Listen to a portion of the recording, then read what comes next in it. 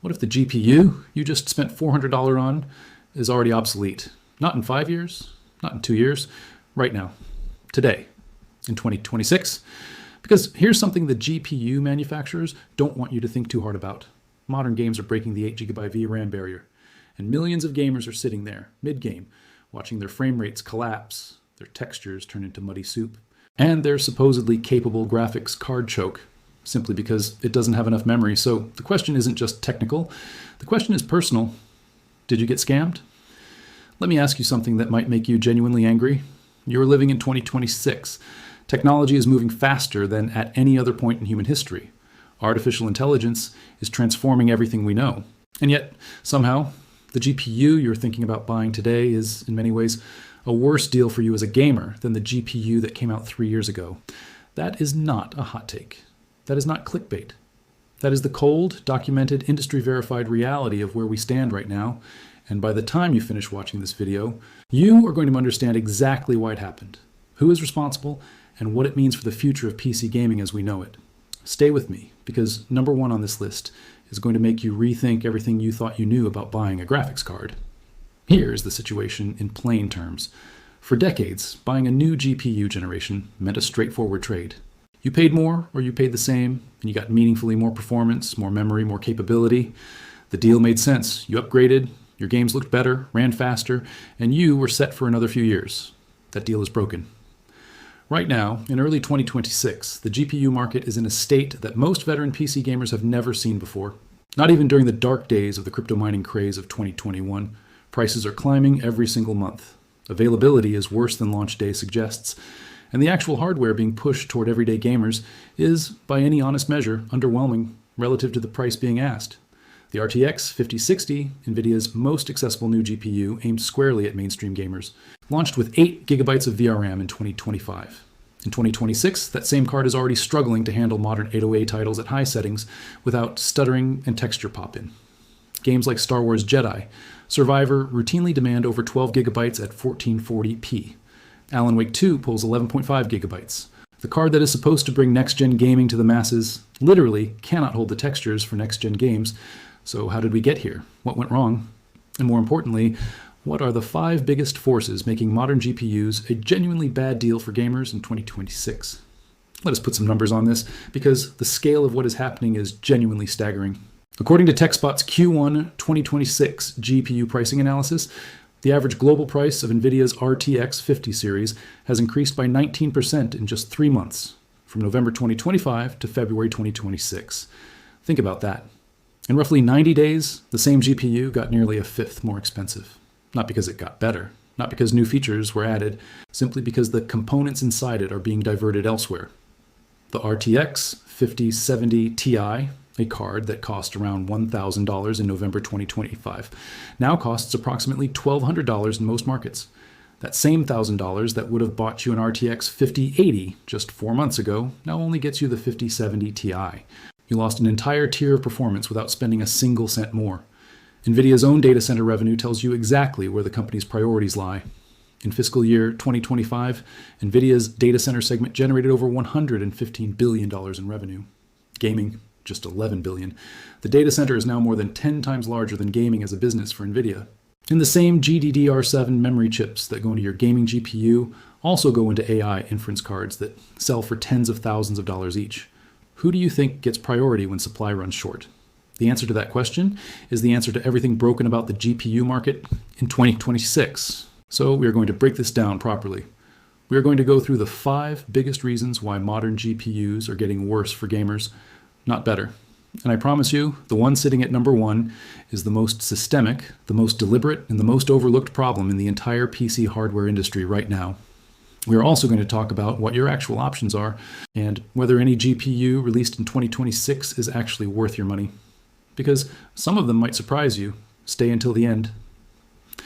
Number 1 genuinely changes how you will look at every GPU launch from this point forward. Before we get into the list, let us lay out the landscape so you understand the full picture. Nvidia controls approximately 92% of the discrete GPU market as of early 2026. AMD holds around 8%. Intel is a rounding error. This is not a competitive market. This is a near monopoly dressed up in silicon and RGB lighting. The AI boom Specifically, the explosion of generative AI infrastructure spending by companies like Microsoft, Meta, Google, and Amazon has completely transformed what a GPU company prioritizes. Nvidia's Blackwell architecture powers both the gaming RTX 50 series and the data center B200 AI accelerators. The same fabrication plants, the same memory suppliers, and the same engineering resources serve both markets, and the AI market pays dramatically more per unit. A single Nvidia H100 server GPU sells for upwards of $30,000. An RTX 5090 retails for under $2,000 at MSRP, though good luck finding it anywhere near that price. The economics are brutally simple. When memory becomes scarce and expensive, you use it where it makes the most money. Meanwhile, the VRAM in consumer GPUs has barely moved in a decade. The GTX 1060, released back in 2016, had 6 gigabytes of VRAM. The RTX 5060, released in 2025, has 8 gigabytes. Nearly 10 years of GPU generations, and gamers got 2 extra gigabytes of memory. In that same window, the VRAM requirements for modern games have quadrupled. That context is everything. Now let us get into the list. The RAM crisis is eating your VRAM. Let us start with the most immediate crisis, the one making headlines right now in early 2026, the global memory shortage. VRAM, the video memory inside your graphics card, is not some magical special material unique to GPUs. It is GDDR memory, and it is made by the same manufacturers who produce the RAM in your laptop, the memory in your phone, and critically, the high bandwidth memory inside AI data center chips. When any one of those markets explodes in demand, it creates a ripple effect that hits every other market that uses the same supply chain. AI infrastructure spending has caused that explosion. According to industry reports from late 2025 and early 2026, the price of the DDR5 16G memory chip used in GPU production rose from around $5.50 per unit in May 2025 to $20 per unit by November, an increase of over 260% in 6 months. Memory now reportedly accounts for more than 80% of the total manufacturing cost of some GPU models. The consequences for gamers are direct. Nvidia has reportedly shifted its production strategy for 2026 away from the RTX 5060 Ti 16GB and RTX 5070 Ti 16GB, the cards gamers actually want, toward producing more RTX 5060 and RTX 5060 Ti 8GB models. Not because 8GB is better for gaming, but because 8GB uses less of the scarce, expensive memory that Nvidia would rather allocate elsewhere. You are being offered a lesser product, not because it is the best they can do, but because the best they can do is going somewhere more profitable than your gaming rig. DLSS, FSR, and frame generation are hiding a performance lie. This one is going to ruffle some feathers, because a lot of people genuinely believe that AI upscaling technologies have made gaming better, and in isolation, they have. DLSS 4 and AMD's FSR 4 are genuinely impressive technologies, but they have also become a cover story, a way to sell you a weaker card and tell you it performs like a stronger one. Here's how the sleight of hand works. Nvidia launches the RTX 5060. It has 8 gigabytes of VRAM and runs native 1440p with moderate performance. That is a problem if you are trying to sell a new generation GPU. So instead of advertising native performance, you activate multi-frame generation, which uses AI to synthesize extra frames that the GPU did not actually render. Now your benchmark numbers look spectacular. A card that would push 60 frames per second natively is suddenly showing 140 frames per second with MFG enabled. The problem is that synthesized frames are not the same as rendered frames. They introduce latency, they can cause visual artifacts, and they require a base frame rate high enough to work properly in the first place. In VRAM limited scenarios, which are increasingly common with an 8GB card, the base frame rate drops enough that frame generation starts producing obvious visual errors. Gamers Nexus, one of the most trusted hardware reviewers in the industry, called this situation out directly. Their review of the RTX 5060 was what they described as a forbidden review because Nvidia did not send them a sample. They bought one themselves. Their conclusion was blunt.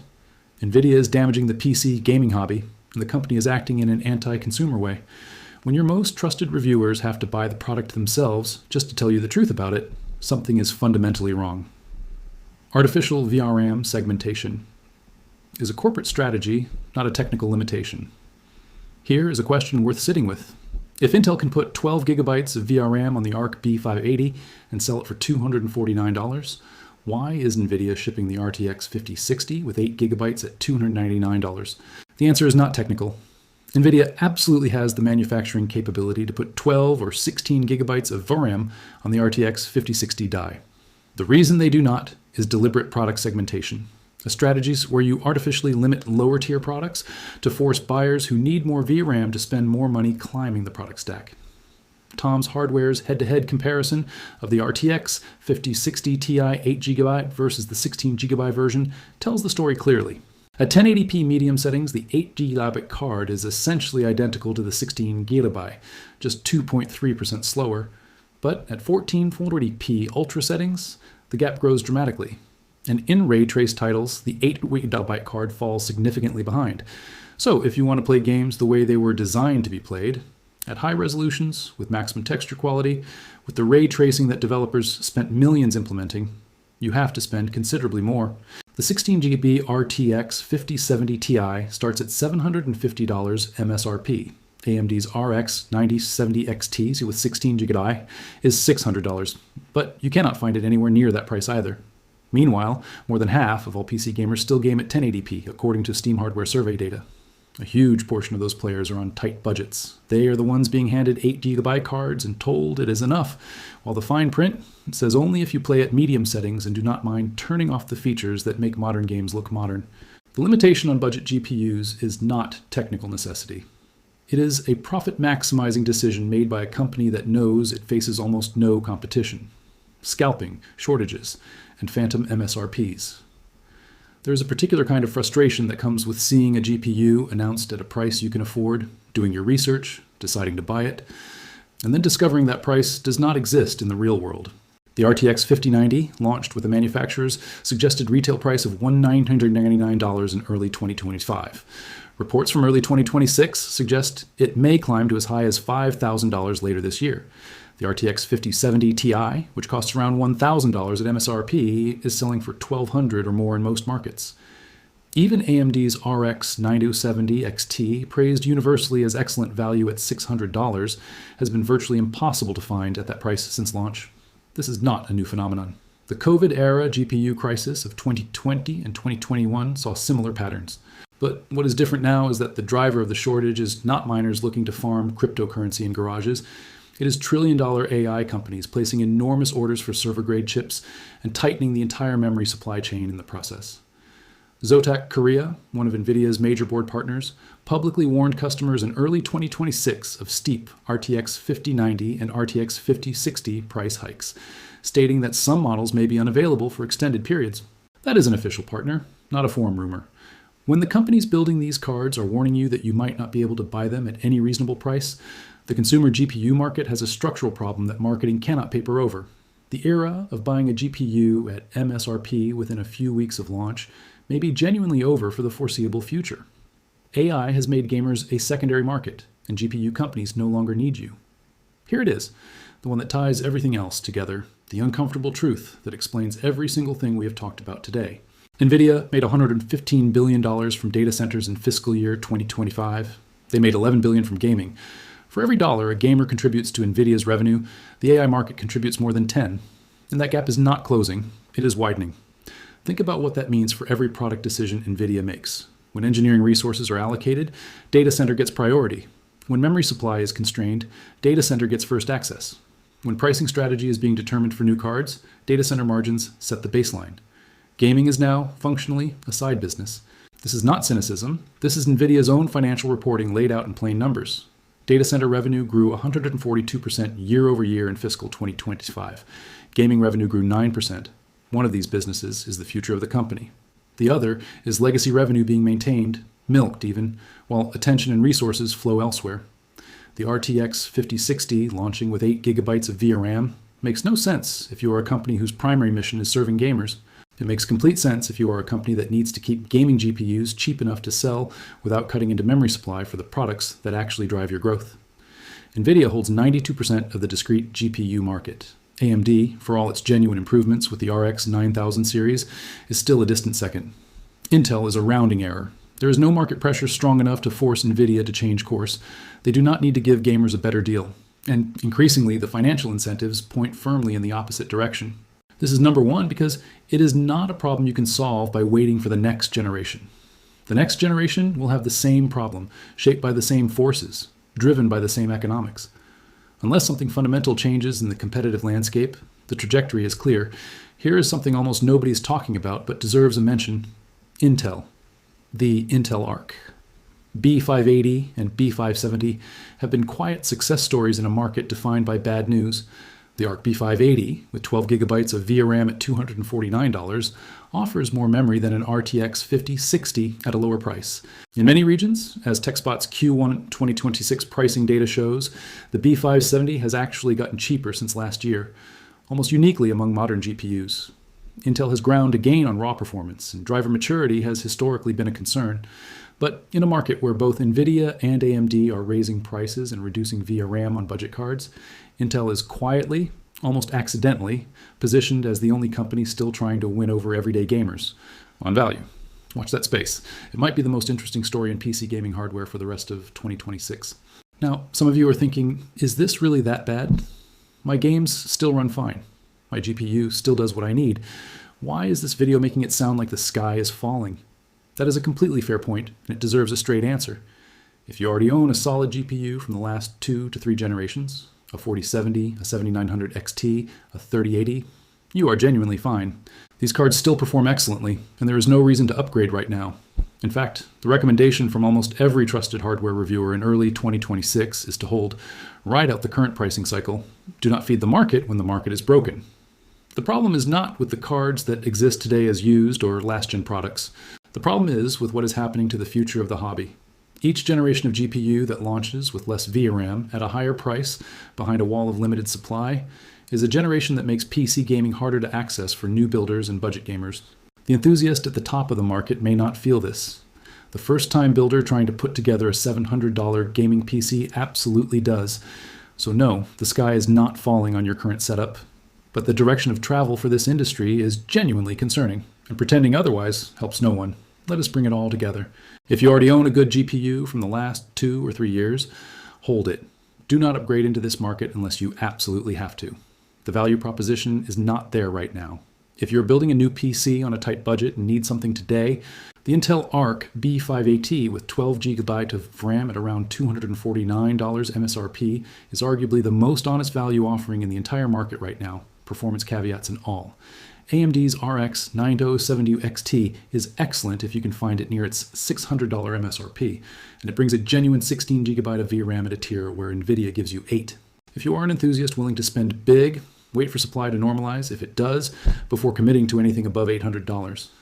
Paying scalper prices for cards that may become cheaper in 6 months is not a winning strategy. And if you are a gamer looking for a sign about whether PC gaming is still worth investing in, it absolutely is. But right now, the smartest investment might be patience. Here's the thing about the GPU market in 2026 that should sit with you long after you close this video. The companies building gaming GPUs are not evil. They are responding rationally to market incentives. When a $1 trillion AI industry pays 50 times more per chip than a gamer does, the rational response is to serve that industry first. What we are watching is not malice. It is something more mundane and in some ways more troubling. The moment when a market that was built for gamers decided that gamers are no longer the most important customer. The question is whether we accept that quietly or whether we make enough noise with our reviews, our purchasing decisions, our communities, to remind these companies that the gaming market built their brands, funded their research, and put them in a position to dominate the AI era in the first place. Nvidia's first GPU, the GeForce 256, was designed for one thing: to play games better. 26 years later, the company that chip created is worth more than $3 trillion, and gamers are now an afterthought in their own story. That is either a tragedy or a beginning, depending on what comes next. Now, I want to hear from you. Do you think the GPU market is genuinely broken for everyday gamers in 2026? Or do you think the value is still there if you know where to look? Drop your answer in the comments below. And tell me, are you holding onto your current GPU or are you brave enough to upgrade right now? If this video gave you a clearer picture of what is actually happening in the hardware space, hit that like button and subscribe. There's a lot more coming on how AI is reshaping the technology you use every day, and not always in the ways the press releases would have you believe. See you in the next one.